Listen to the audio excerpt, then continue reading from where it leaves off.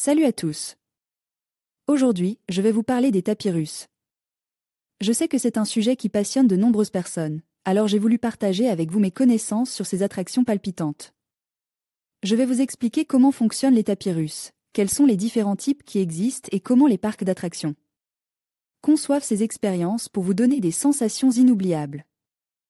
On va donc découvrir ensemble le monde fascinant des tapis russes et je vous réserve quelques surprises en cours de route. Alors, accrochez-vous bien, car ça va décoiffer.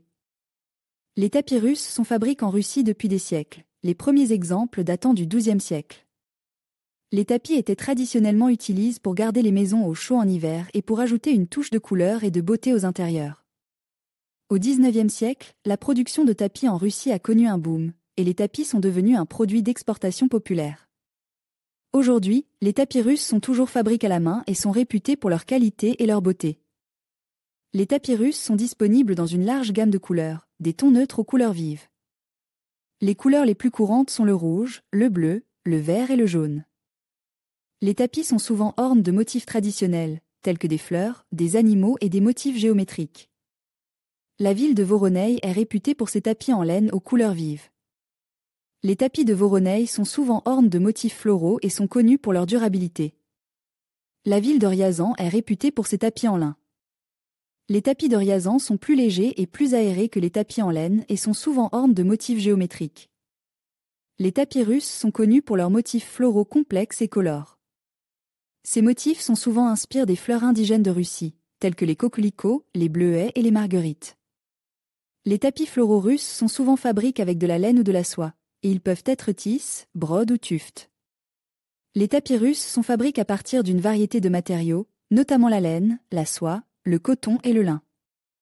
La laine est le matériau le plus courant, car elle est durable et résistante aux taches. Les tapis de soie sont plus luxueux et plus chers, mais ils sont aussi plus fragiles. Le coton et le lin sont des matériaux plus légers et plus respirants, ils sont donc souvent utilisés pour les tapis d'été. Les tapis tisses russes sont fabriqués en entrelaçant des fils de laine ou de soie sur un métier à tisser. Ce processus peut être très long et fastidieux, mais il produit des tapis durables et de haute qualité. Les tapis tisses russes sont souvent décorés de motifs floraux ou géométriques complexes. Les tapis russes brodes sont fabriqués en cousant des fils de laine ou de soie sur un support en toile. Ce processus est similaire au tissage, mais il permet de créer des motifs plus complexes et détaillés. Les tapis brodes russes sont souvent utilisés comme tapis muraux ou tentures. Les tapis tufts russes sont fabriqués en tirant des fils de laine ou de soie à travers un support en toile. Ce processus est plus rapide et moins coûteux que le tissage ou la broderie, mais il produit des tapis moins durables. Les tapis tufts russes sont souvent utilisés dans les zones à fort trafic, telles que les entrées et les couloirs.